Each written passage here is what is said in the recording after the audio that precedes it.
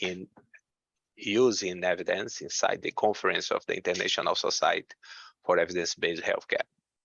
I said more on evidence to impact is the motto of this meeting.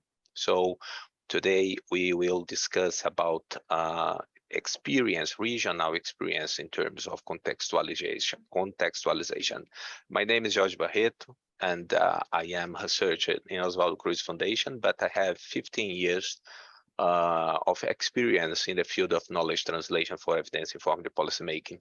And I collaborate with EVIPNet Global and EVIPNet in regional level, and the other knowledge networks to health policy and systems. I would like to introduce this session saying even knowledge is global, its use is always local. Sorry, this sentence is from my Brazilian colleague and partner, Dr. Ulisses Panicet from World Health Organization, who coordinated and the creation and expansion of EVIPNet in global level. I can say that these parallel sessions are kind of tribute to the idea that it would be not possible to go this far and get where we are without heavily including regional contexts. So I'm delighted to open and moderate this session dedicated to showcasing and discussing some regional experiences in using evidence for health system and policies. So I would like to thank the organizers, the organizer committee for this invitation. And I would like to congratulate you all for the energy applied to make this meeting a success. Just as the clinic decision is complex and must consider several other elements in addition to evidence-based recommendations, for example, clinical guidelines to reach the best option for our patients. Decision makers in public policies constantly face complex problems, which will require not only the understanding of the causes and the consequences, but also the adoption of prioritization and decision-maker criteria, which will produce consequences, positive, sometimes negative, for the populations affected by the decisions. So it's necessary to recognize the inherent complexity of the social problems addressed by public policies, including health policies, so that this perspective informs not only the formulation and implementation, but also the evaluation of the results and impacts. Today, we will have panelists.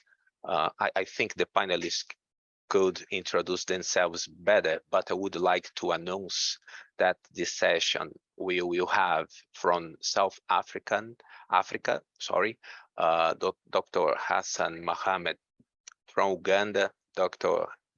Harriet Mayanja-Kizza, from the Kingdom of Saudi Arabia, Dr. Lubna Al-Ansary, and last, myself, Jorge Barreto from Brazil. In this session, I will present the role of EVIPNet in the public Brazilian health system. I think you might get tired of me today, but we will also hear another interesting presentations. Dr. Mayanja-Kizza will present collaboration for evidence-based healthcare and public health in Africa. Then we will have the lessons from South Africa's evidence ecosystems with Dr. Hassan Mahomed. And last but not least, we will have Dr. Al-Ansary presenting evidence-based healthcare in its first silver jubilee kingdom of Saudi Arabia. As you can see, there are perspectives from different parts of the world, which will provide us with elements of experience related to health services and systems and the role of initiatives to improve the ecosystems of scientific evidence to boost the results of these systems. We will have presentations of up to 20 minutes for each of the speakers, and then we will interact in an active way with a discussion and question and answer session, when we will be able to delve deeper into the themes focused on the questions. I don't want to take up much more time than I deserve today, so I would like to jump right into my presentation on the role of EVIPNet in the public Brazilian health systems. I hope you all are hearing me okay. And now I will share my screen to start our session today. Just a second. Okay, and just to check, are you seeing my presentation in presentation mode? Yes, okay, thank you. Okay, in presentation mode, we can see the slides at the side and all the words at the top. So you can still go to a bigger presentation mode. Okay, let's try. All right, okay, I found.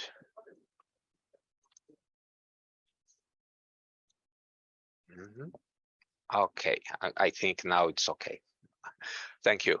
Okay, my name is Jorge Barreto, as I said. I'm research in Oswaldo Cruz Foundation, and today my idea is present 3 moments of EVIPNet in Brazil, from its creation through its expansion consolidation to the current challenges and lessons. And I hope this gives a comprehensive overview of the whole of this network for the institutionalization of evidence-informed policymaking in my country.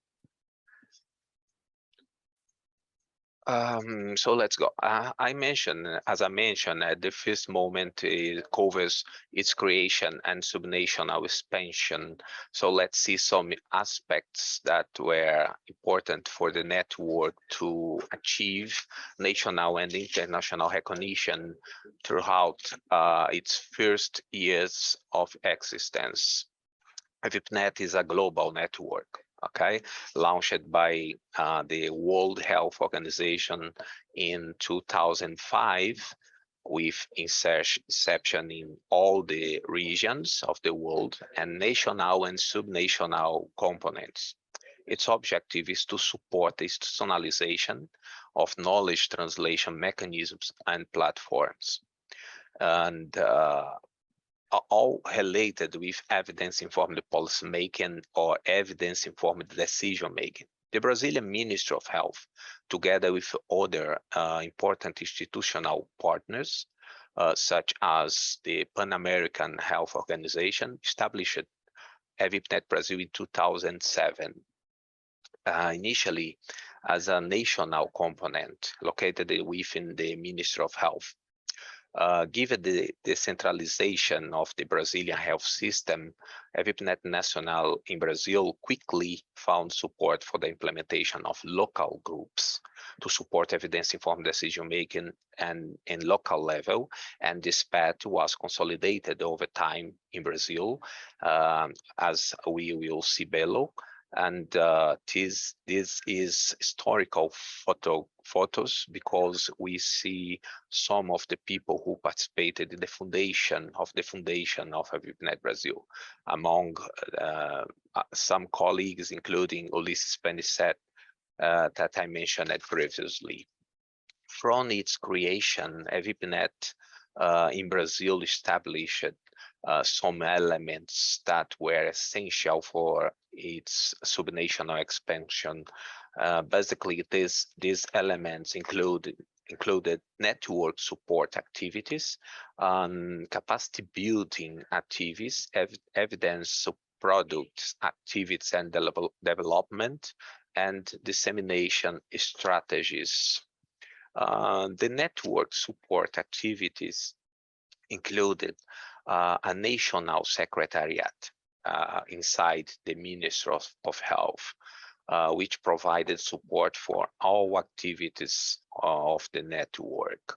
The adoption of a flexible institutionalization model capable of working for different levels of organization and context, and maintaining mentoring strategies to ensure that advances in each context were consistent with the network's national coordination plans, and producing opportunities for stakeholders groups to receive funding for projects involving evidence-informed policy-making platforms. Capacity building activities were mainly focused on workshops and short courses based on the support tools for evidence-informed policymaking. But the first introductory course for evidence-informed policies, a course online initiative, was also launched in partnership with the Latin American Caribbean Center on Health Sciences Information, the BIREMI, an institution of the Pan American Health Organization based in Brazil. In addition, EVIPNet launched the first specialization course in evidence-informed policies, the SPI project, about which we will see more details in this presentation.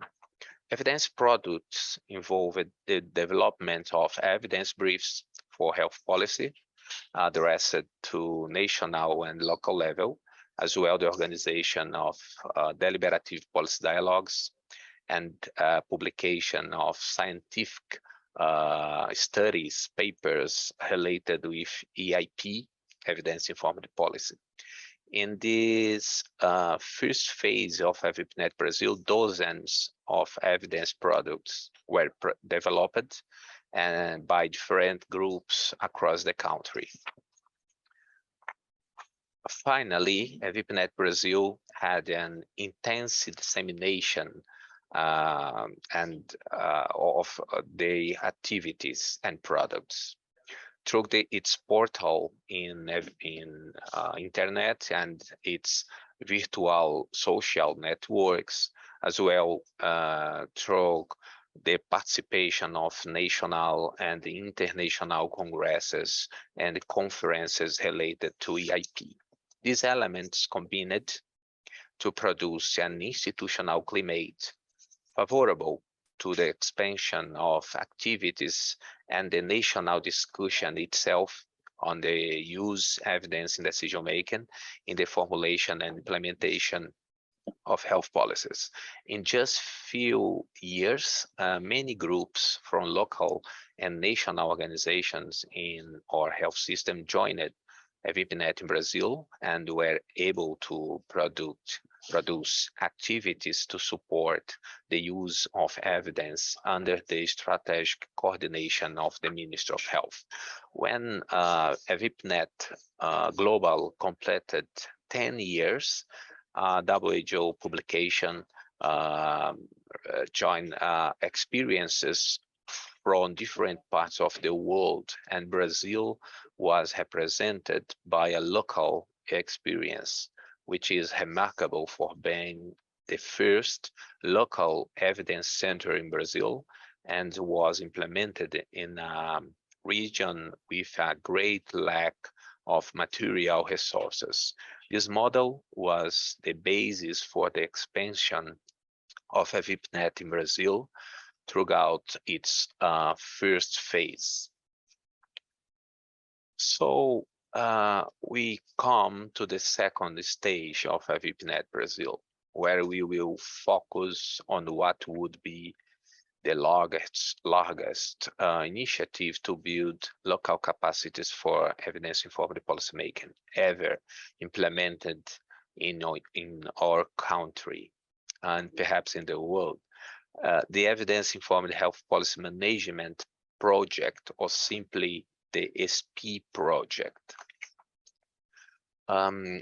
We are already seeing EVIPNet in Brazil produce a tradition in terms of initiatives to promote the evidence use in health policies.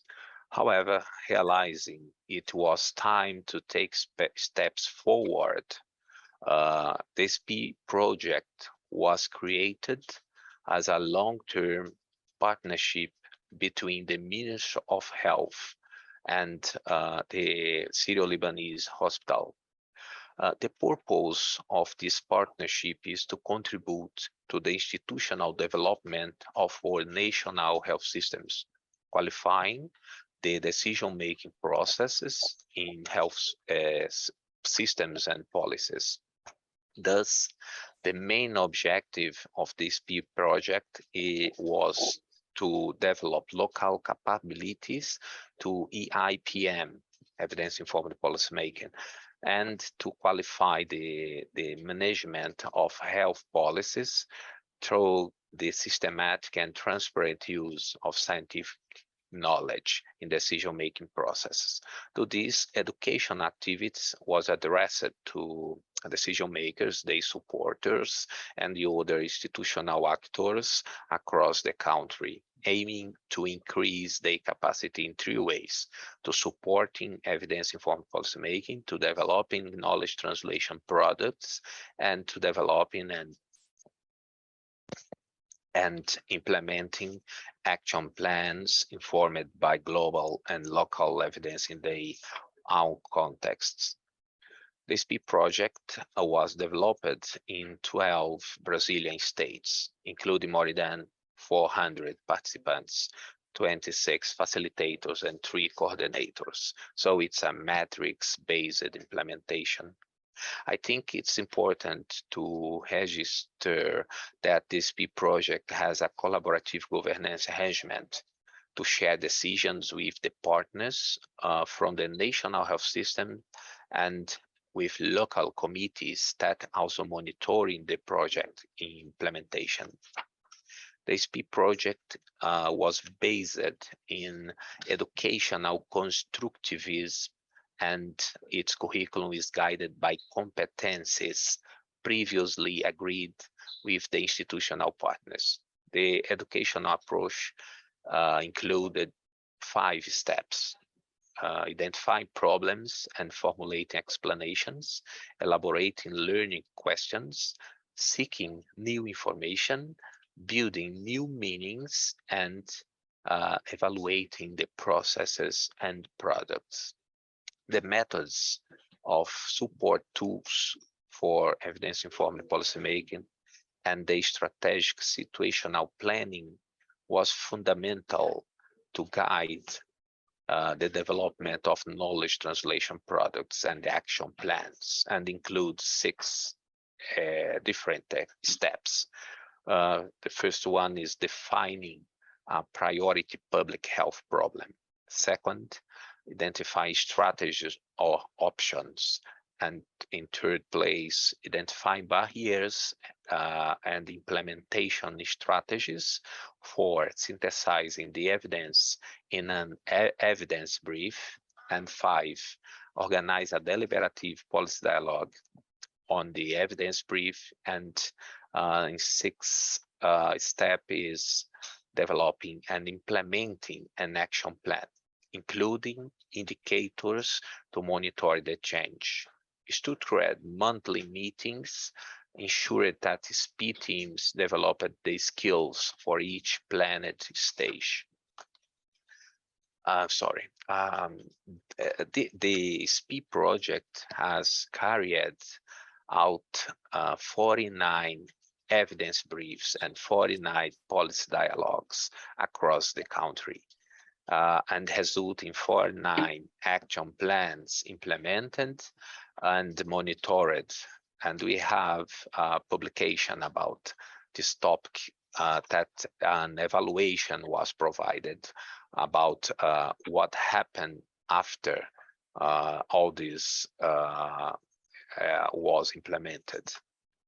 So you can see the problems addressed in the evidence briefs and dialogues were defined locally. So we have a very good diversity of themes. The SPEED project was the largest national EIPM capacity building initiative ever developed in Brazil.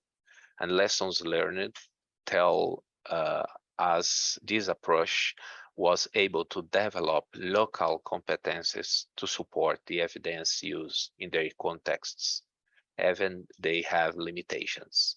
The development and results of the SPEED project showed that the borders of EIP in Brazil have moved far beyond what we imagined at the beginning of EVIPNet Brazil, especially to reach levels of the health system that carry out the implementation of public policies, which in Brazil are carried out in a decentralized way.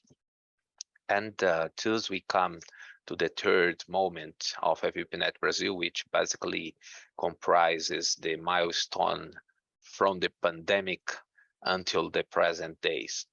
At the same time that all our resources and efforts were directed towards the challenge of sanitary emergency, we discovered many flaws in the evidence ecosystem, which could lead us to discussions on how to go further to reduce obstacles and make the evidence work as a useful and timely subside, whether in a pandemic or in daily lives of decision makers. So during the pandemic, the network, the EVIPNet, turned its capacity to produce evidence products to support the fight against COVID-19 in Brazil. Within the Ministry of Health, the strategic movement turned to support the network with methodological and planning tools. New courses, online courses, especially on evidence-informed policy and knowledge translation tools, were structured and launched, focusing the methodological evolution of knowledge translation and strengthening the evidence ecosystem. The Brazilian Evidence Coalition was launched, involving institutions and actors from the health sector and the other social policy sectors. And the SPEED project has entered a research and development phase to design tools to support the institutionalization of EIPM in Brazil at national and local level. For example, we are developing a tool for situational analysis on institutional and individual competencies related with knowledge, skills, and attitudes in EIPM, and a guidance for the implementation, maintenance, and evaluation of evidence centers across the country, among other initiatives. This is the new EVIPNet Brazil website, and this is the face of a new EIP repository in the virtual health library, which contain most of EVIPNet Brazil's evidence products. Well, I think I explained in a very short way. We have much more information. I would like to thank you very much for your attention. All right, let's.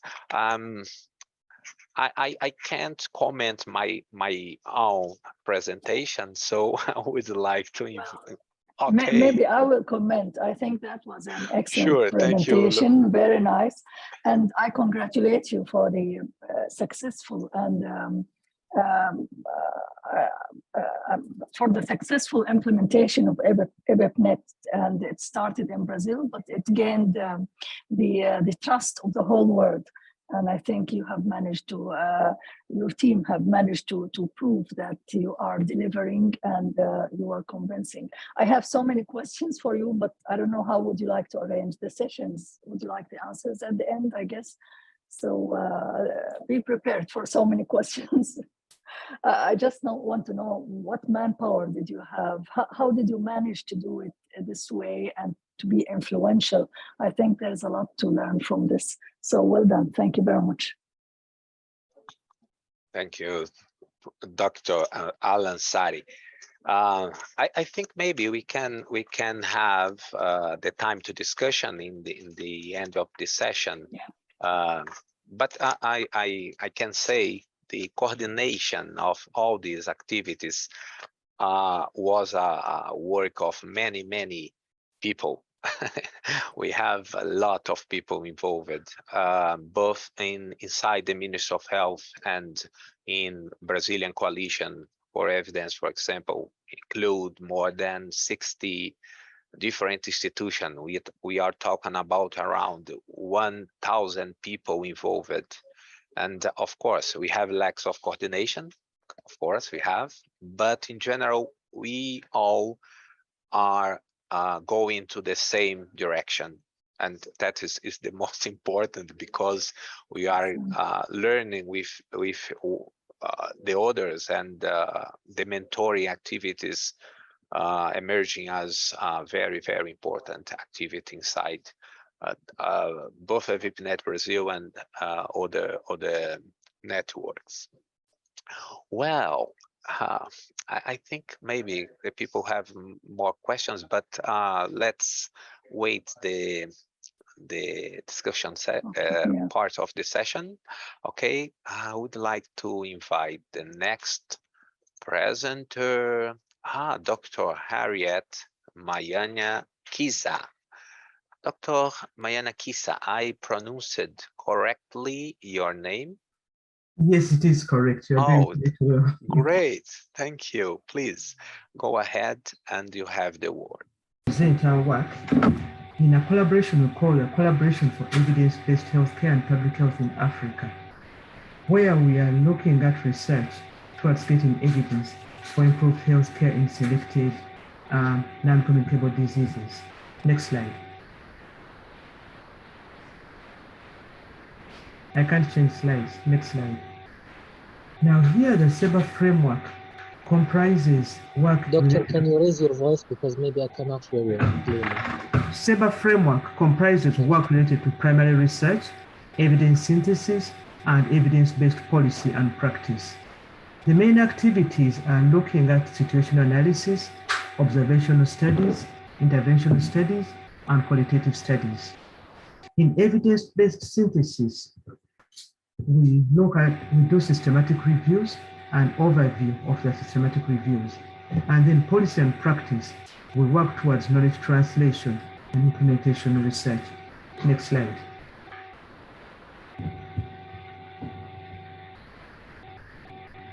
So we work in a collaboration which has a number of partners. We have partners in Germany, where the funding organization is, and we work with LMU in Munich and University of Freiburg. We work with Ethiopia, the ARI Institute, in Uganda with Makerere University, in Rwanda with University of Rwanda, Malawi with Kamuzu University of Malawi, and in South Africa with 3 organizations, including Stellenbosch University, Cochrane, South Africa, and CDIA as well. Now the methods we use, there are quite a number of methods we use.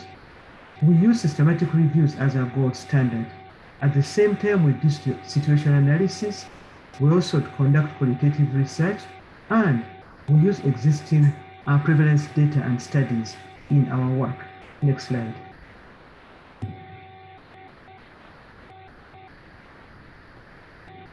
Now, we have done our work in a number of research tasks, and there are 5 main research tasks and 3 other implementation groups. Research task 1 is looking at evidence-informed policies and practices in the screening approaches for hypertension and diabetes, and those at high risk of cardiovascular disease in sub-Saharan Africa. This work is done in Rwanda, South Africa, Malawi, and Ethiopia. In research task 2, we look at evidence-informed policies and practices on integration of healthcare delivery, integrating care for different diseases, hypertension and diabetes in our countries, and the work is done in the same countries. The third one is looking at population-level health interventions to prevent diabetes and hypertension. And here we do the work in Rwanda, Malawi, Uganda, and South Africa. Then we have a different one which we added on because of the problems of road traffic injuries, looking at strategies to prevent and decrease road traffic injuries in our countries. And this work is being done in Uganda and Rwanda. We have another research task which looks at promoting and improve methodological research so that people can learn better methodological approaches in doing this work. And that one is spearheaded by South Africa and Germany. We have 3 other groups who will look at capacity building, networking, as well as coordination. Next slide.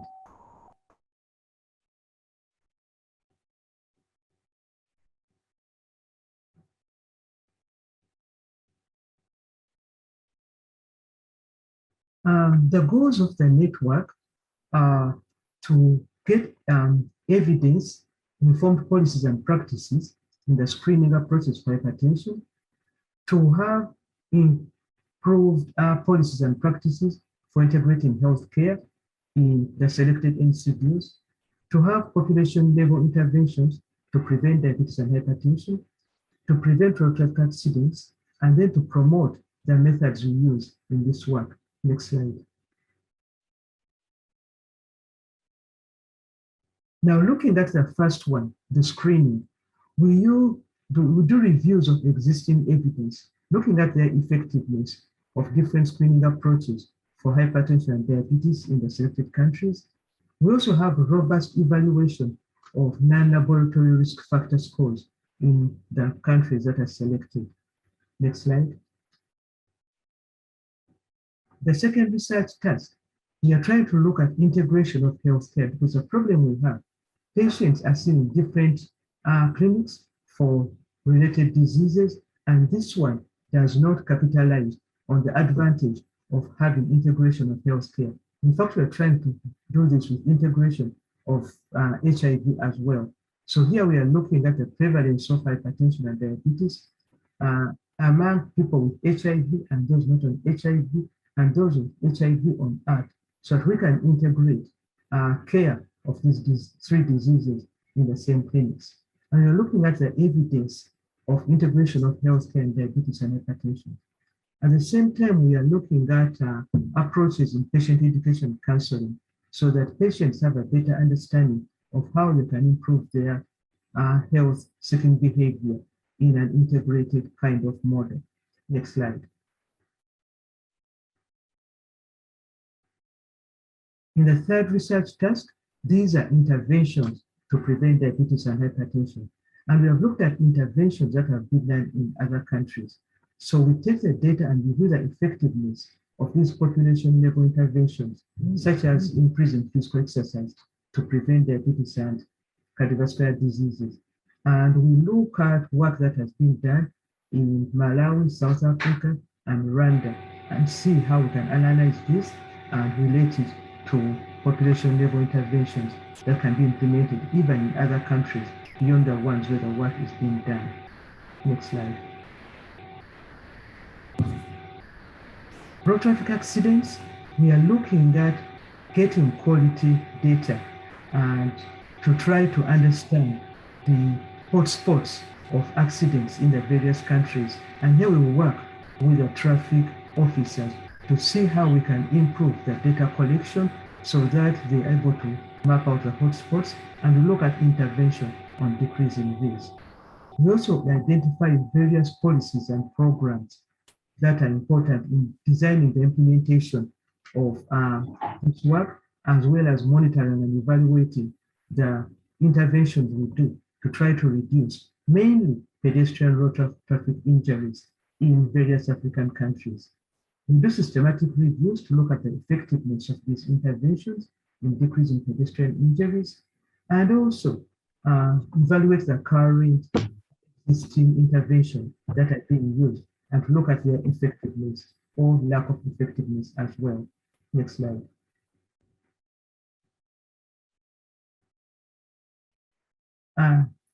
Since we work with a number of groups and they're at various levels of understanding the approaches we have, we added in this research task which is looking at the methods and training in the various methods that we are using in being able to do this work. So that will ensure the highest possible scientific rigor during the work we do under the CEBHA collaboration in the different countries, including people at different levels of research. Next slide.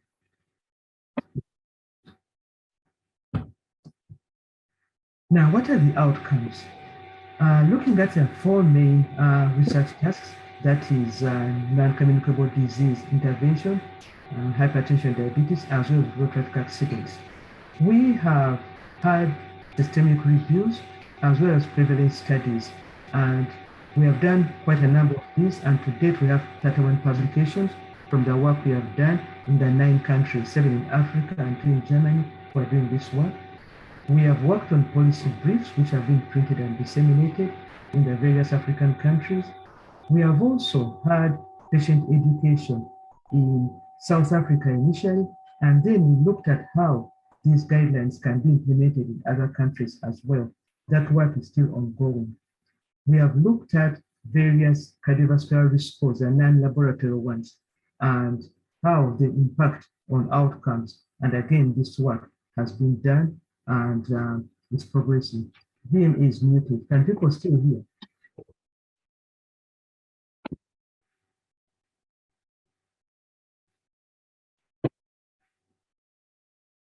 Okay.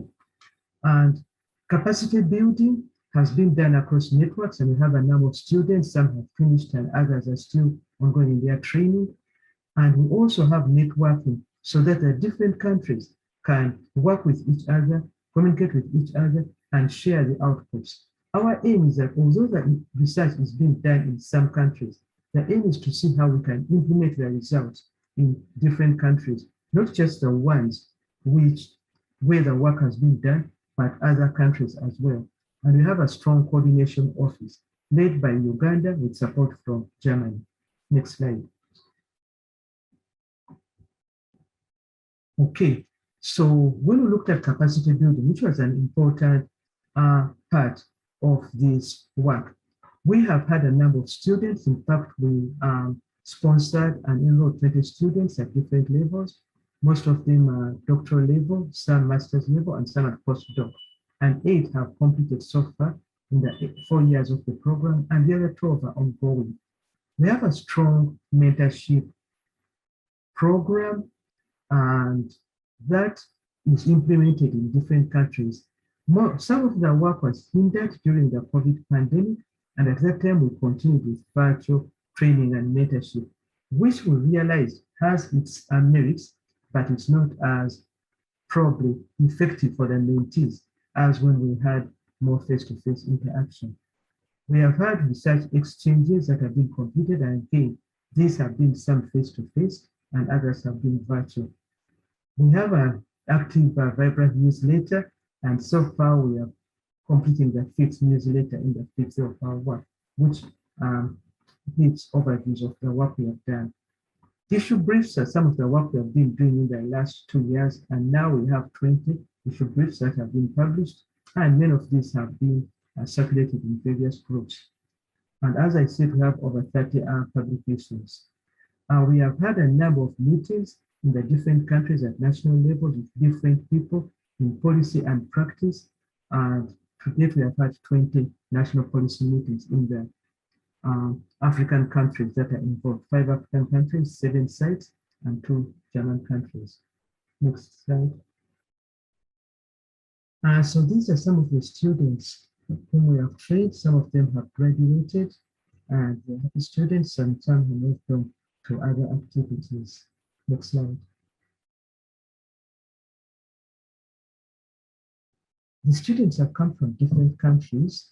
One has come from South Africa. Some have come from South Africa. 3 have come from Malawi. 1 has come from Ethiopia. 2 from Uganda. Next slide.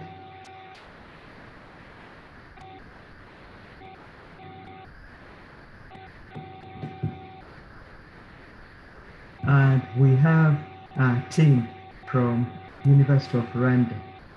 Okay. Next slide. Okay. Networking has been an important aspect, and apart from the online regular networking we do, we have had meetings in the various countries over the years. The first meeting was a planning meeting in Ethiopia, where we sat down to decide on which areas of research we want to work on. Then we had a meeting in Uganda in 2019. The next one was in Malawi in 2018-2019. And here among the people, a number of people from the ministry and other government offices, as well as practitioners in Malawi who joined us. We invite not just people in practice and policy, but other persons as well to join us at these meetings. The next meeting was in South Africa. Again, we have people who invited. Then we had a meeting that was virtual, a Rwanda meeting, with a Rwanda team, including people from the ministries in Rwanda. We attended face-to-face, but the rest of us were virtual. And recently, we had an exciting meeting in Ethiopia, where we again met with various persons who are also working in similar areas. Next slide.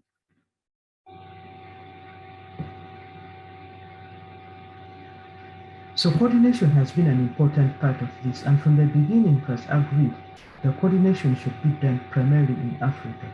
I've been the African coordinator in this very challenging task, trying to work with the 7 African countries and the 2 German countries.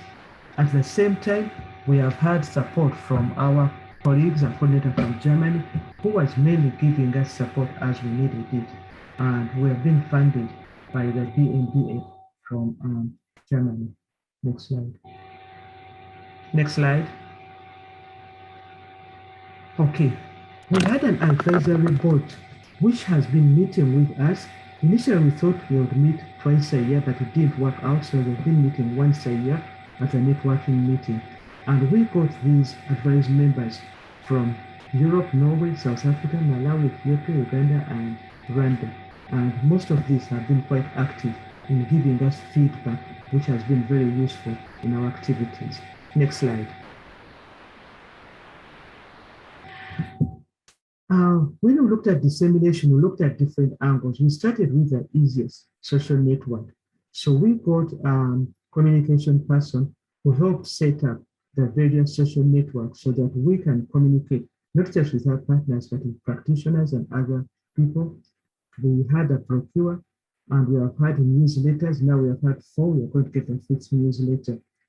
We also have a site on the web, which is managed by colleagues on part of the network, Catherine and Jacob, who is on the methodological aspect.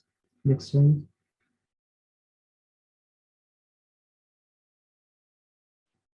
And these are more details of our website and some of the activities that we have had on the website. Next slide. This was a meeting we had in Dar es Salaam at the beginning, the kind of initial planning meeting. Next. Here are a few of the publications we have had. I pulled out a few looking at IKT and integration of care and mixed methodological approaches using citizen research and so on. Next slide.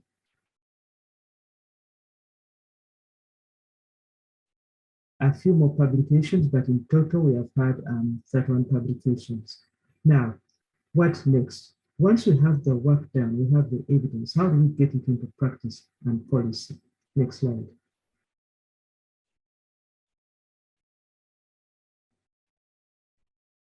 Next slide. So we have done in the last 2 years, come up with a number of policy briefs. And these are normally 2 pages, and we use them to share them with various persons, especially people in practice and in policy as well. And just to give you some of the flavor, we had a policy briefs on preventing non-communicable disease in South Africa to evaluate what works, adequacy planning for policy engagement and long-term investment, policy engagement at trend, and unsafe roads in Kampala need to cater for pedestrians, cardiovascular disease risk perception and need for community evaluation, and so on. Continue, next slide. Others of interest were fighting depression and anxiety disorders through multi-sectoral approach, screening for hypertension. Is it too critical and what strategies to do? Next slide. Now, we had to find ways of getting to policymakers. From the very beginning, we realized that discussing with practitioners is usually much easier and straightforward. Discussing with policymakers is a bit more complex because policymakers have a wider area of work. They are busier, they're more difficult to get to. So we sat down and came out with a system of integrated knowledge transfer, where we had training when we went to the Malawi network meeting, and we discussed how research results can be shared with policymakers and practitioners, going from research to policy and going back from policy to research. So policy and research are kind of intertwined and one fits into each other, which are the goals of what we're trying to do. Next slide. Here, we looked at how researchers can effectively communicate with decision makers. So IKT aimed at establishing mutually beneficial partnerships between researchers and decision makers to increase the prevalent relevance and use of research for decision makers. So we have the researcher and we have to find the best way to be able to discuss with decision makers by forming sustainable partnerships. This is important, making sure that research is relevant to the decision makers and looking at ways for uptake of the research. We had training in IKT for the various groups in various countries. We had workshops with the researchers, we had stakeholder meetings, and development of stakeholder engagement strategies so that we can interface with the decision makers. Next slide. Here are a few meetings that we have held with decision makers. This was a meeting in Malawi where during the COVID outbreak, we also diagnosed and worked on COVID, looking at evidence for improved care of COVID and helping with various programs, as well as people who helped with patient care. So 19, 20, and 21, we took more activities and worked on COVID and looking at evidence for COVID. In Uganda, we worked with traffic cops, so we shared data with them, had meetings with them, and looked at how we can improve data of accidents happening in the country, the hotspots, and so on. And also worked on ways to improve interventions, again, towards prevention of road traffic accidents and pedestrian accidents, especially targeting children. Next slide.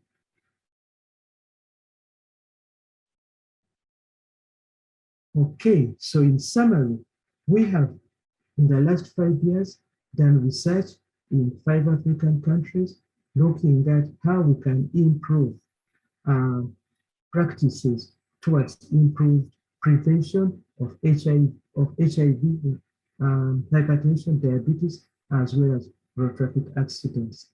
The work is ongoing. We are still having ways of discussing with various policymakers, and we're completing training of our 20 students. Thank you very much.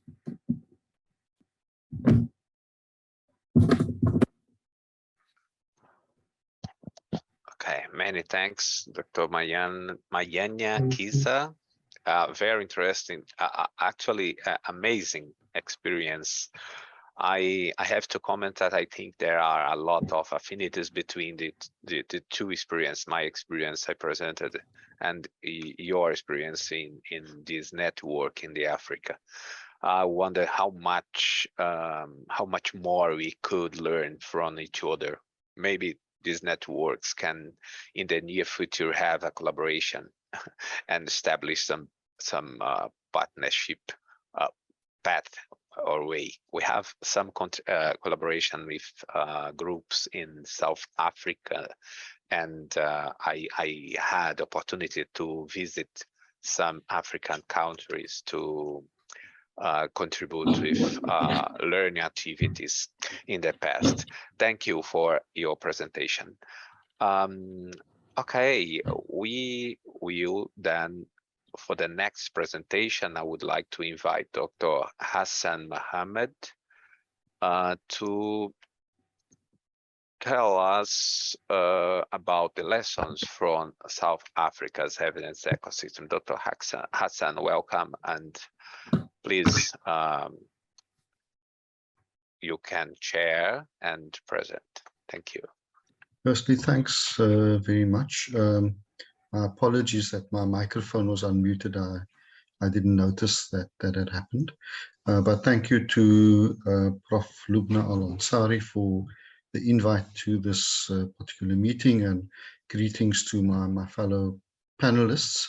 Good to meet you and to hear your excellent presentations. I'm going to share my screen, and I'm hopefully, first let me just check if you can hear me clearly. Okay.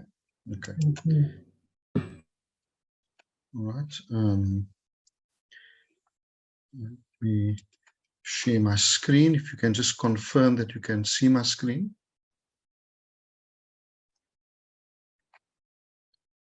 Yes, but not in presentation mode. Okay, I'll put it in presentation mode.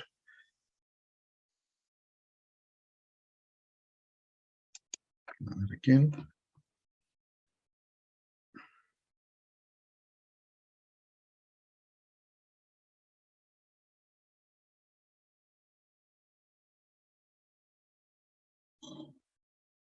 Can you see it now? Okay. Okay, thanks so much. I'm going to talk about South Africa's evidence-based ecosystem. I think, as both previous speakers have suggested, there is so much that one can tell, and I'm going to focus on perhaps slightly different issues, but I'm certainly, as a start, not going to claim that my presentation is comprehensive and covers all the relevant issues. I'm going to cover mainly institutions in South Africa that offer evidence-based approaches, academic institutions, but I'm going to go into some examples as to how we applied this in our context through two particular examples. So again, I don't need to remind this forum about what we mean by evidence-based practice. It's about research, but also together with clinical expertise and patient values. The last point I mentioned there, which is, I think, also referred to by yourselves, is that the COVID pandemic has heightened the need for evidence-based approaches because of large-scale misinformation related to the pandemic and the vaccines that were developed to prevent it. And I'm sure this is something that was global, and I think just reminded us as to how important our work in the evidence-based field is.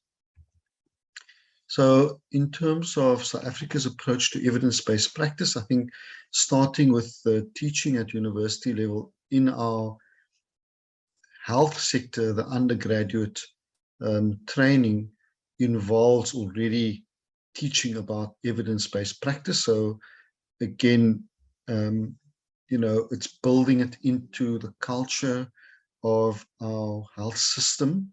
And I'll give some examples of that a little bit later. I teach, for example, undergraduate medical students about critical appraisal, which is very much about evidence-based practice. But, there are a number of other activities and training that our young students undergo already in their early training. And then, of course, there are dedicated institutions, centers, and units who are promoting evidence-based thinking.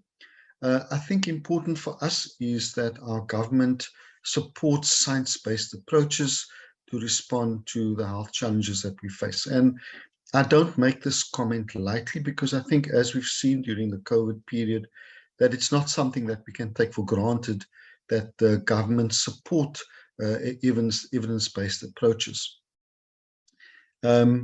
So there are government institutions that follow evidence-based practice, and I will, mention one example later on in my presentation.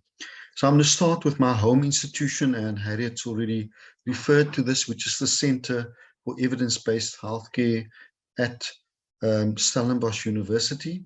So it's a coordinating and directive institution for research and training in the Faculty of Medicine and Health Sciences in the field of evidence-based care. So it's been around for many years now and is an established unit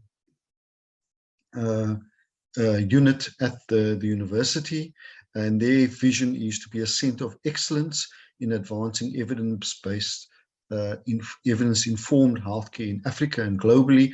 And you'll see this theme coming through, and Harriet's presentation also refers to this, is that the institutions in South Africa are very much in favor of collaborating with colleagues on the African continent and working together with them.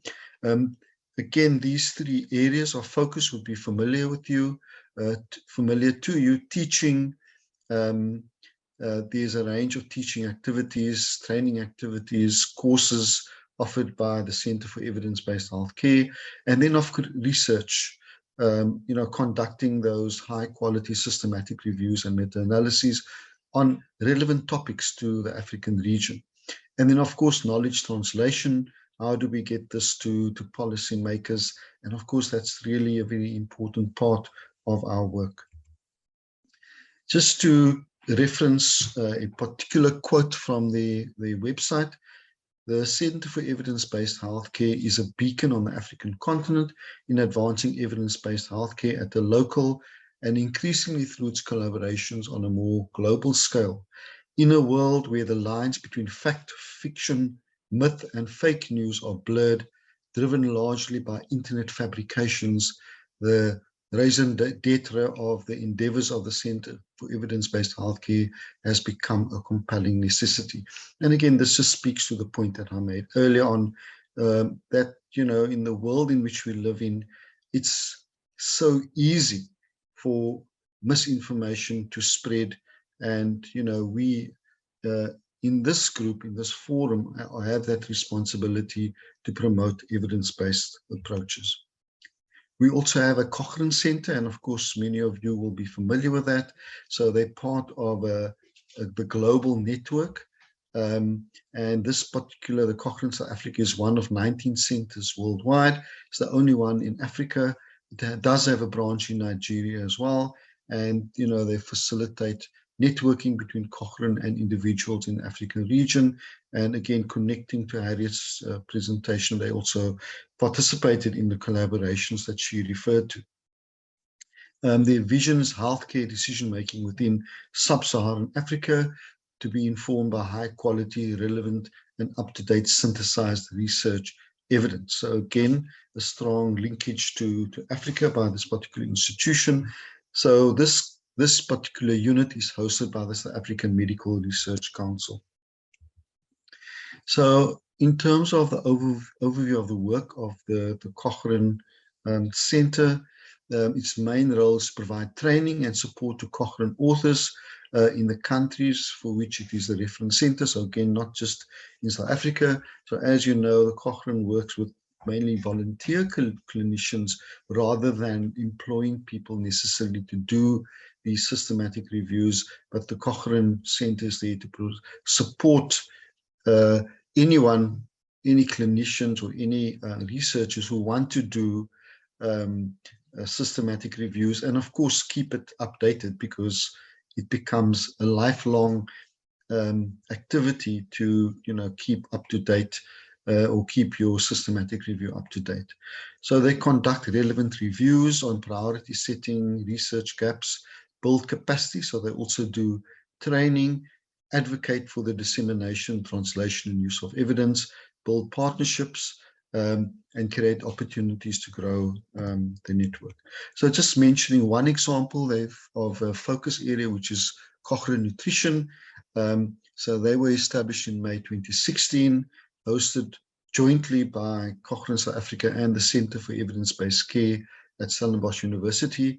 So its aim is to support and enable evidence-informed decision-making for nutrition policy and practice by advancing the preparation and use of high-quality, globally relevant nutrition-related Cochrane reviews. So again, I'm just giving this as one example of an area that they focused on in this particular center, but vaccines is another focus, as well as universal health coverage. And as we know, universal health coverage has become quite an important area of focus for health systems around the world, but particularly in developing countries.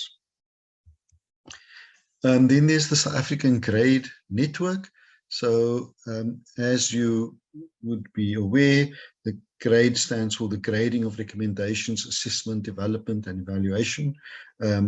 So the working groups at the bottom of my slides began in 2000 as an informal collaboration of people with an interest in addressing the shortcomings of grading systems in healthcare, and the working group has developed common, sensible and a transparent approach to grading quality. So the focus of this particular group and this network is really evaluating the quality of research. And as we know, for all of those involved in systematic reviews, that evaluating the quality of the research is an absolutely crucial part of any evidence-based evaluation. There is another institution called the Africa Center for Evidence, and this is based in Johannesburg. So the two centers I've mentioned so far are based in Cape Town, where I am based, but I did want to reference other institutions. So this is based at the University of Johannesburg, and their mission is to contribute to the reduction of poverty and inequality in Africa and South Africa through the use of evidence. We are driven by a vision of the end of poverty and inequality in Africa. And what they focus on are these four strategic goals: a greater understanding of the art and science of using evidence, stronger evidence capacity, so training, meaningful evidence communities, so working with groups of people, networks, and then of course rigorous and relevant evidence synthesis, or I suppose what we can also refer to as systematic reviews. So what one can see very clearly are common themes from all these institutes, but of course they're not unique to South Africa. Many of the institutes described already by Harriet and by the chair of the session, follow the same kind of or similar kinds of approaches. So in terms of Africa Center for Evidence, their response to COVID-19, they support decision makers to navigate the uncertainty of large bodies of evidence in systematic and reliable ways as the world seeks solutions to the COVID-19 pandemic. Our team is responding in a number of ways. And then they refer to the art and science of using evidence. We aim to advance the art and science of supporting evidence use with a particular focus on evidence capacities, evidence communities, and evidence synthesis.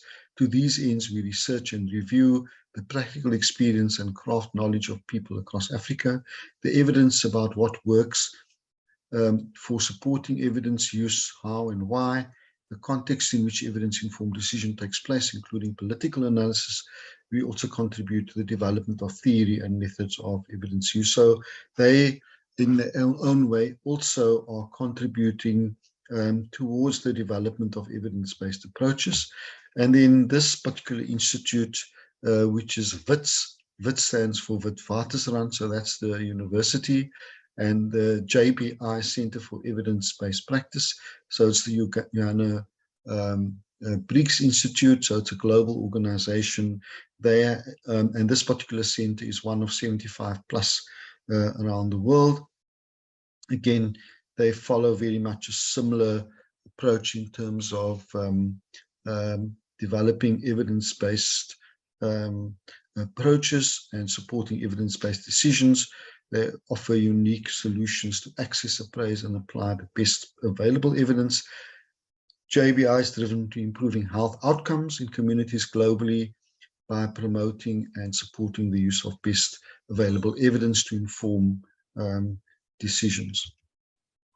So just coming to the National Department of Health, so they put out a paper already in 2014, which again was more of a guideline for government, explaining to government, and this was developed in conjunction with the University of Cape Town.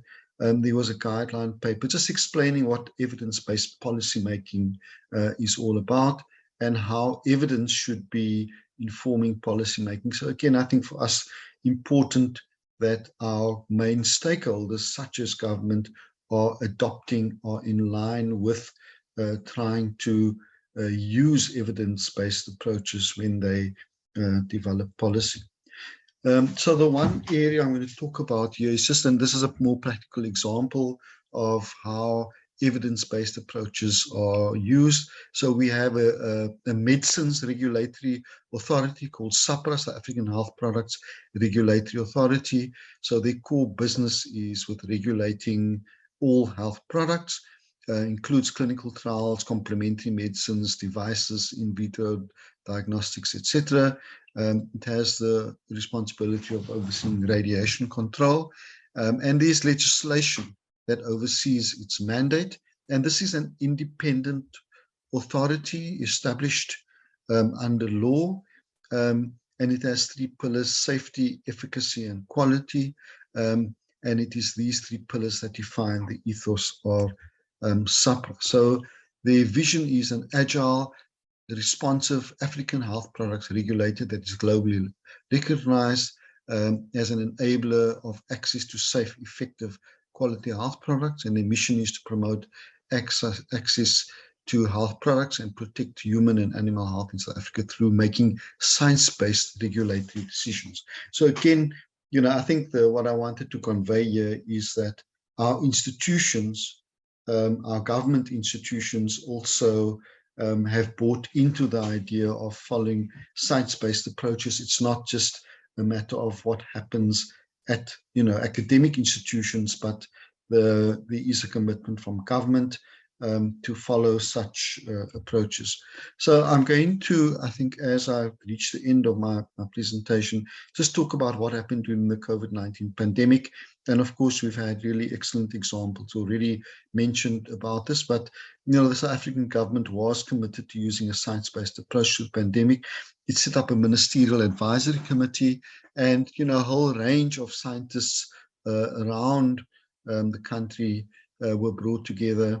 And this was led by a world-renowned scientist, Professor Salim Abdul Karim, who's really, you know, made a name for himself in the field of HIV. Nevertheless, given the new nature of the organism of SARS-CoV-2, much still needed to be discovered and researched, and initially there was a lot of uncertainty. So there was this collaborative, consensus-building approach to, you know, advising the government what to do at various stages during the pandemic.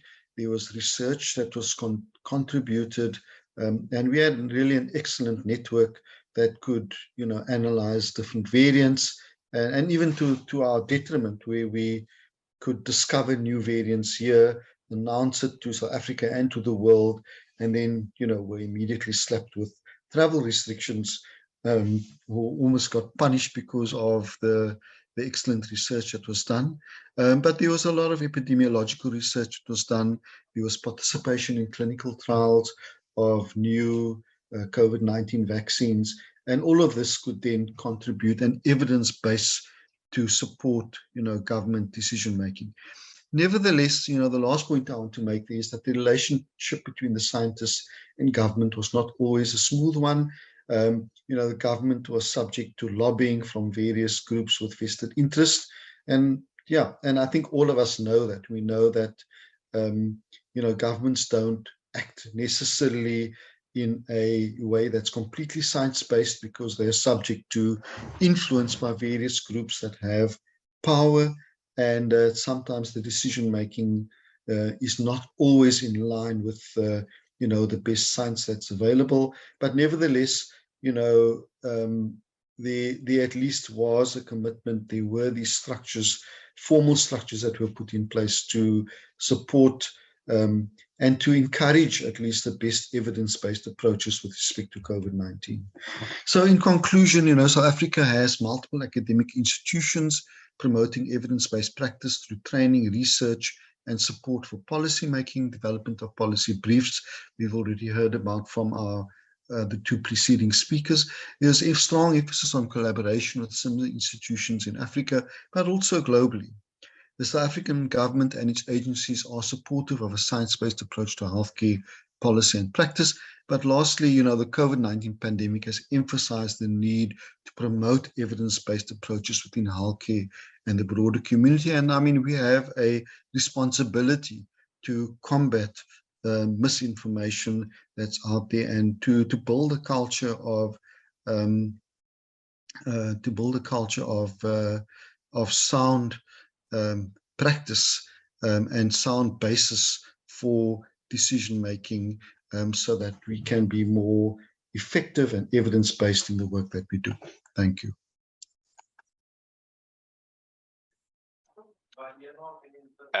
Many thanks for this interesting presentation, Dr. Hassan. Amazing work. I'm wondering. I think we have experiences very, very close in terms of we are aiming to improve the use of evidence by different ways and in different territories, but we have the same feeling to without evidence we can't provide good health systems. I think is essentially the idea. Without evidence we can't provide security, we can't provide effectiveness, we can't provide good quality in health systems, despite universal or public health systems. In all the place we need to consider evidence as subside. Very, very interesting the elements you present. I can say Africa have South Africa have a very interesting ecosystem, evidence ecosystem, very strong, including, and South Africa emerging in this global South as I think a very, very interesting experience. Thank you so much for sharing that. All right, we have the last but not least presentation, and I would like to invite Professor Al-Ansary to present and to share with us the experience of Kingdom of Saudi Arabia. Okay. I assume that you can hear me. Yes, we can hear, but I think we have some noise. If you can talk again. It's not from me, I think. So, can you hear me like now? Oscillating, but we can hear. Okay, go ahead, please. Okay. Because I'm using speakers. I can headphones. I can remove them if it is not clear. Or is it okay? It's okay. It's okay. It's okay. Please go ahead. Okay. Yeah. So it gives me great pleasure now to talk about something that we have been doing for some time. And I guess that it has been about more than 25 years. The journey has started a long time ago, but there has been ups and downs, but there's always something that we can learn as we go on. So there are lessons, but we have challenges, and we need to try different things in order to achieve what we want to achieve or what we hope to achieve.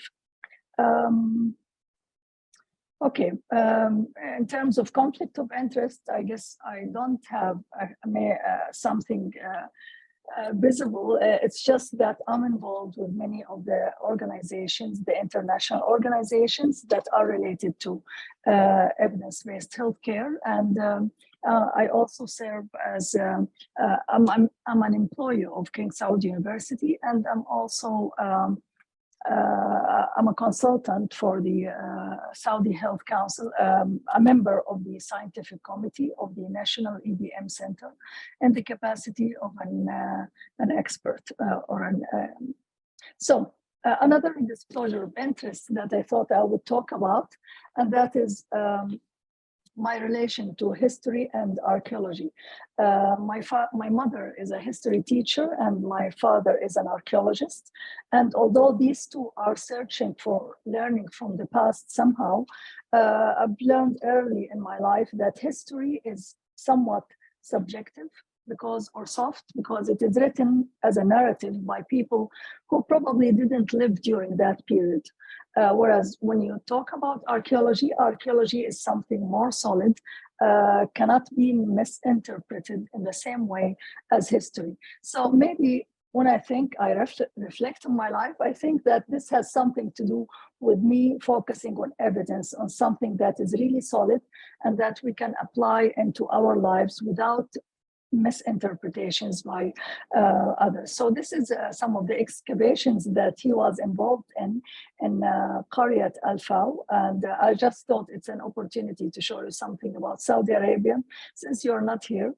And these are some of the things that they found. And you can tell that although this goes back to something like 4,000 years BC, there has been civilization going into this part of the world, but that could not have been proven if they didn't find the pieces of solid pieces, tangible things.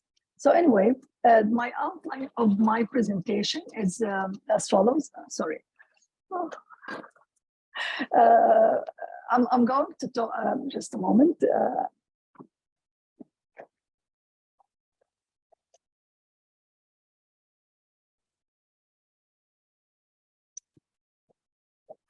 Okay, I'm sorry for that. I'm going to describe, I'm going to have a narrative describing how some voluntary efforts developed by individuals, and that has led to having an institutional identity. And then I'm going to talk about the main currently available EBHC institutions in Saudi Arabia and reflect on the facilitating factors, the challenges that affect the sustainability and what the future may hold for us in Saudi Arabia and in the region. The beginning of my journey with the BMJ was in 1995, and that was after having reading an advertisement in the BMJ. I wonder how many of you are familiar, have lived through the economic crisis that has been there in the 90s, but it happened that I was subscribing to the BMJ because even the university did not have subscriptions to periodicals. And these two books were advertised. And I liked what was written. I bought the books, and I specifically read this one on systematic review by Sir Ian Chalmers, and I've read it from cover to cover. And I realized that this is something that I want to invest my life on, and I've started to teach others about it. And then this book came shortly after, and that had the steps. In fact, it wasn't this edition. I couldn't find a big photo of that edition that came out in 1997. It was a red one, but it has all the steps and how to do it, how to teach it, and some tips on how to, the cards that used to be there. These are things that it was so useful and enlightening to me, and I learned it very well, and I started to teach others about how to do it. And it wasn't only me. I had some colleagues in our department who were also interested, and we attended the workshop, the McMaster workshop and the Oxford one. And then we held our first annual workshop on evidence-based clinical practice. It was called at that time, organized for Professor Jamal Jarallah and others, and I was participating in this. And this became like an event that is repeated. And we started to teach undergraduates. It wasn't in the curriculum, but we started to introduce EBM into the family medicine rotation. I'm a family physician, and And so naturally, and as we had more and more people attending the workshops that we held, we realized that people know the concept, they like it, but they don't apply it very much because they still need support in order to really do it. So we established, it wasn't an official group, it was just a voluntary group. Where we called it at that time the AVM Self-Help Group. We even had a logo for it. And we used to meet like every week, every 2 weeks, and we have agenda items in order to discuss how are we doing. We have a question, a PICO, and look for answers. We discuss something similar also to the journal club format. And one of the brilliant participants of our workshops was Dr. Nuha Dashash. She has established another group in Jeddah. We are based in Riyadh. And that was the ABM Jeddah working group. And they have started to have their own workshops as well and capacity building. And then there has been it was launched in 2002. And then there has been also another champion, Professor Tawfiq Khoja, who was at that time the Secretary General of the GCC Office for Health Matters. And he established a committee, a national committee with communication with people in the Ministry of Health.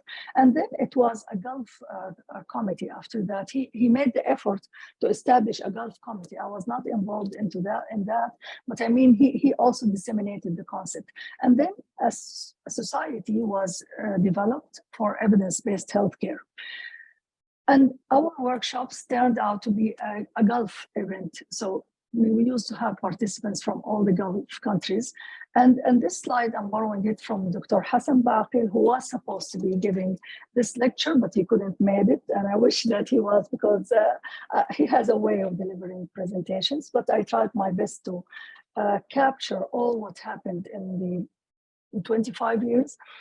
So he had a timeline where he says that in Saudi Arabia, things started with the King Saud University, and then the Jeddah group, and then so many other groups were developed in the kingdom. And sometimes many of the times we talk to each other, but sometimes we don't. And then after that, in 2008, King Saud University decided that they will establish research chairs in order to support the research productivity in the university and in the kingdom as a whole. So, and we had a great Sheikh Bahamdan who sponsored this research chair. So a research chair on evidence-based healthcare was developed, and knowledge translation, and I was holding that chair.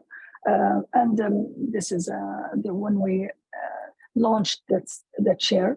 And we had a research professor,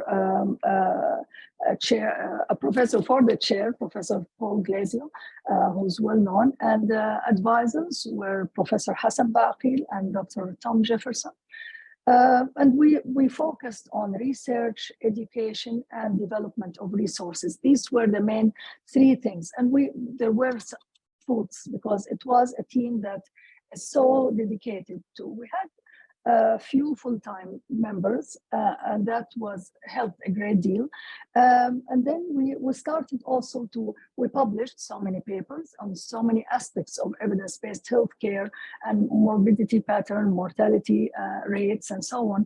And we started to have knowledge translation seminars where we disseminate the findings in terms of cause of death, certification, preconception care, and so on, knowledge translation seminars.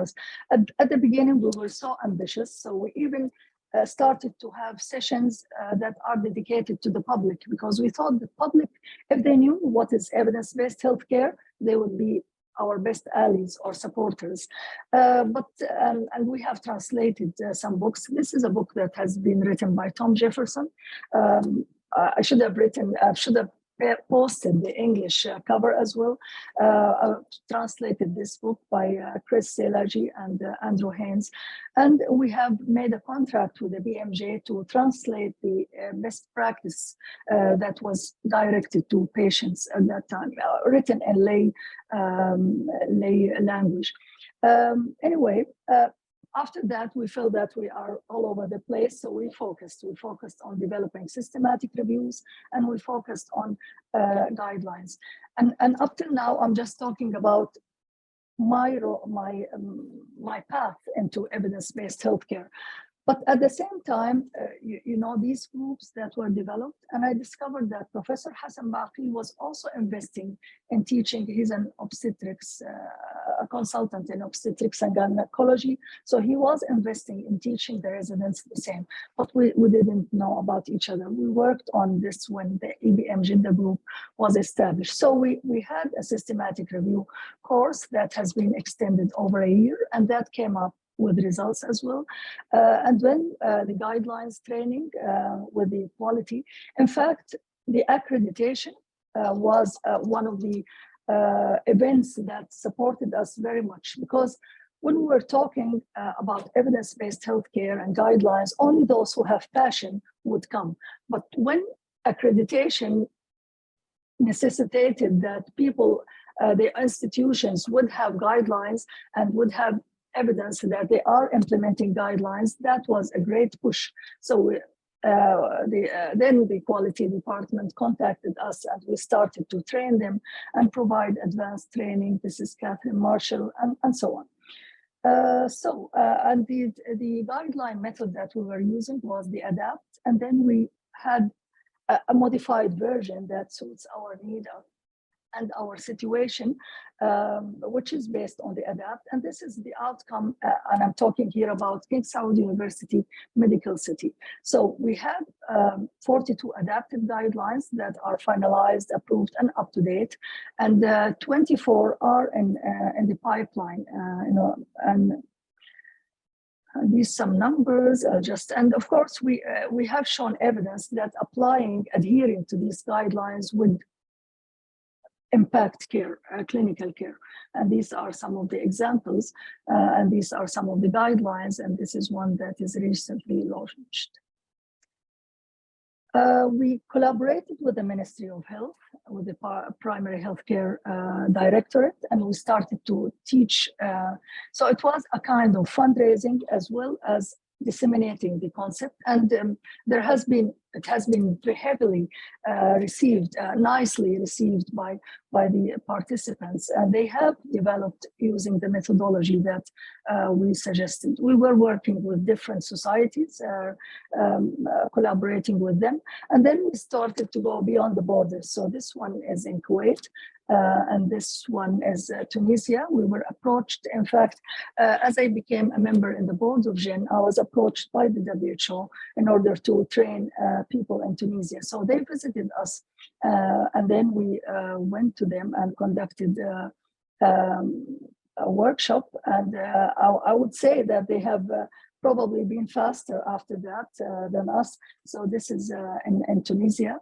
And this is, again, some pictures of. And we became member of the organization, the institution became member of GEN in 2009 till now. And at one time, I was the chair of the adaptation working group. And I've made the effort also to develop a regional community, which we call the GEN Arab. And it's still struggling, but at least that was the beginning, and possibly it would be working better and better. And we were networking with so many organizations that probably you know, and we have tried to make visibility in different events related to evidence-based healthcare. The International Society for Evidence-Based Healthcare was established, as you can see, in 2010, and then there was a newsletter that I was editing. And I was trying also to involve people from all countries in order, but of course my country, in order to make reviews, and that I was at that time, my field was about the new tools and new books and new resources of evidence-based healthcare. We had a workshop that in 2015 and organized by WHO EMRO. I'm sure you can see some familiar faces, but the thing that was a bit irritating to me that we work together, but not all of us, and we want to make sure that we really communicate in a better way. So we organized an event in 2013 about knowledge translation, and we invited Jeremy Grimshaw, Abdul Ghaffar, and Salman Rawaf, and this one of picture that I like very much because it has so many people from different sectors and different countries as well. It happened that on that day I was moving into another world. That was helpful in a way. I became a member of the local of the Saudi Shura Council, which is the equivalent of an appointed parliament. So that gave me access. I'm a family physician, but that gave me access into policies, how they are formed, how decisions are taken, and so on. And then after that, it was a 4-year term. I became the Assistant Director General for WHO for metrics and measurement. And again, my passion for evidence-based healthcare and also for supporting EVIPNet. So I've held this meeting because with the exception of PAHO and Euro, there isn't much links globally with EVIPNet and with evidence to policy.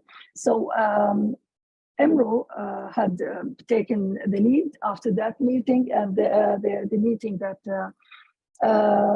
Dr. Arash Rashidian talked about a while ago, about that was held in Lebanon and which led to the ministerial resolution.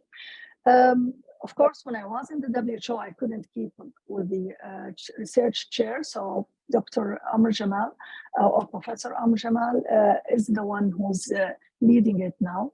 And he's still keeping the achievements of that chair. Now, I'll move into another direction. The past few years, we had transformations.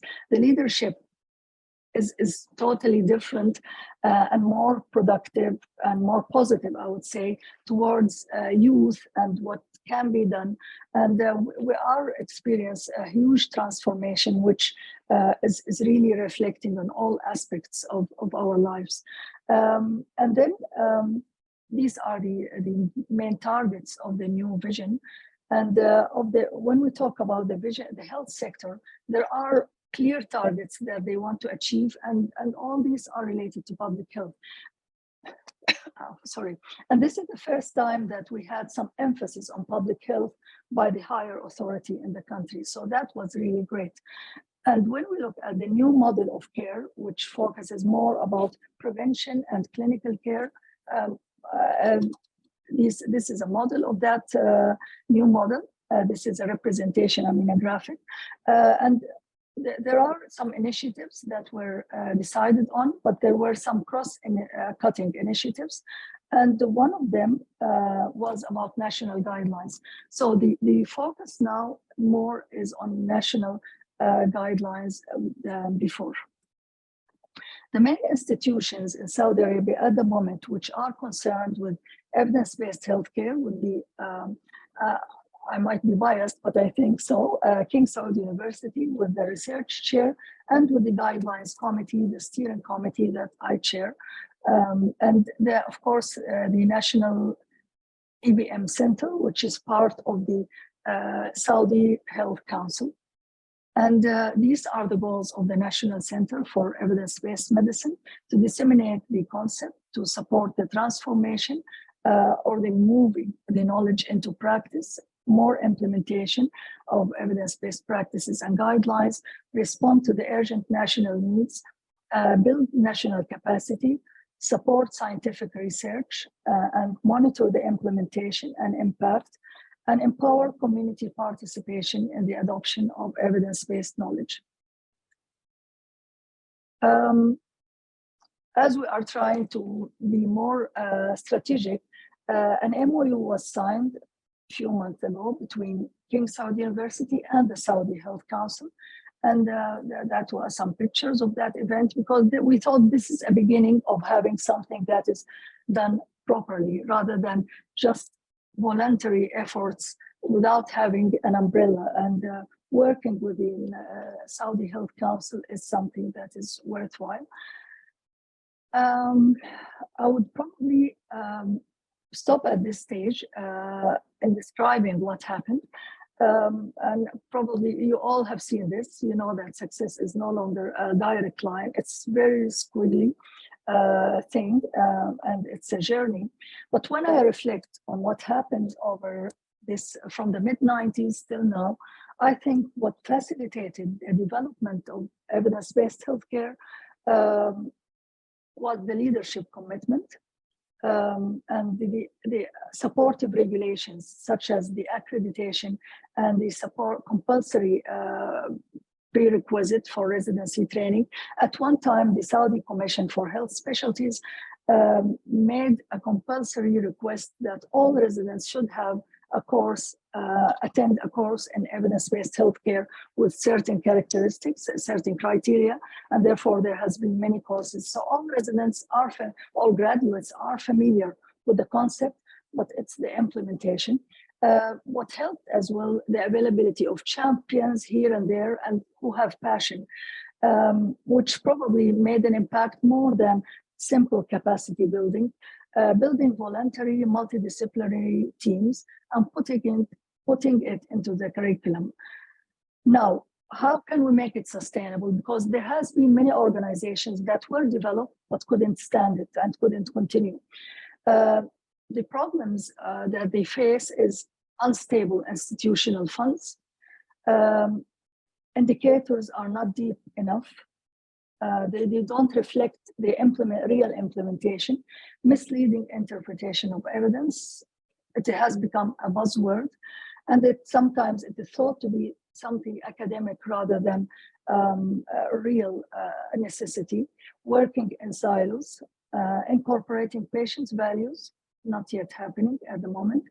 No incentives, so people can go work private. Clinicians, I mean, or even epidemiologists or whatever, they can go and work privately as consultants and they would get paid for that, paid generously, but they wouldn't be paid for doing evidence-based healthcare activities. And lack of supportive staff. We don't have research assistants, we don't have admin staff and so on. The way forward, I think that we need to fulfill the national plan. At least there is a plan now to be fulfilled that is to be fulfilled by the Saudi Health Council. And we need to have a dialogue with the society. I think we need to invest more in plain language summary and what happened during COVID-19 and the infodemic that was there necessitated that we talk to them in our language, because the language of medicine in my country is English, but we talk in Arabic to patients. Reforms of the medical curriculum so that it have more heavy, to be heavier into evidence-based healthcare and make it really a practice and not something just to pass the exam.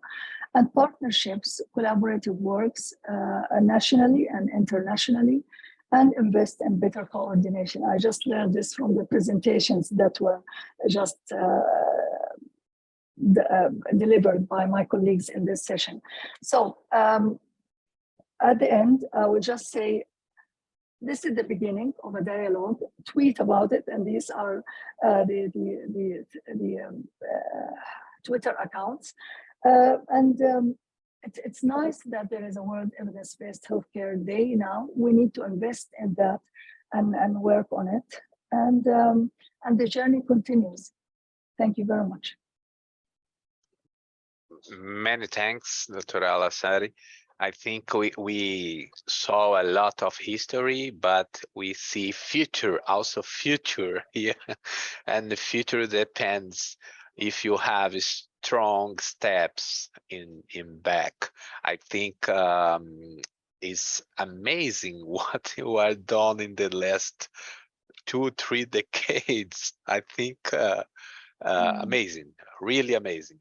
All experiences we saw today, for me, incredible in terms of how we can share more or learns and lessons and everything. I think we need to establish a global communication in terms of to share experiences. Yeah. And this session make us an important step in this way. We have, let me try to use the last minutes we have in this session. I think everyone is saying the comments, many comments, great experience, great effort, impressive journey, great review, exactly, and knowledges. And I think we have just one question in the Q&E related with how a systematic review could be the better developed in terms of quality. And just to provide a quick response for this question, I think we have a methodological issue. Systematic reviews need to be transparent, need to be clearly established in terms of the question and everything everybody know. But I think systematic review should pay attention in transferability of the findings, especially if is public health or issue related with health systems is a little bit more hard to develop systematic review related with health systems issues, and we need to be certain if the question is well developed and you are providing relevant information for decision makers and for the citizens and for all stakeholders interested. Unfortunately, I'm sure we have not more time. Correctly? Well, I'm sorry about that. Maybe we can. The beginning. Yeah, but yeah. We need to continue. Completely. All right. I think we have my presentation is free for share with the participants of the meeting. Okay, I think it's the same with the others, and maybe we can put it in share way to everybody that could be interested to make download, etc. Okay, I would like to present my effusive big thank you for the panelists and for almost 200 people in this room. Okay, thank you for for your attention, and I wish all the meeting entire very interesting and good. Thank you all. And see you next opportunity. Thank you. If I may say one thing, that they can access we will make all the videos available, all the sessions available to be watched again, because the differences in time zones would not help everyone to watch them as they are live. So that would be available. And I think if the speakers don't mind the slides, that would happen as well. Yeah. Great, excellent, brilliant. Thank you. Okay, good night for everyone. Thank you. Bye-bye. Thank you. Bye-bye, everyone. Thank you.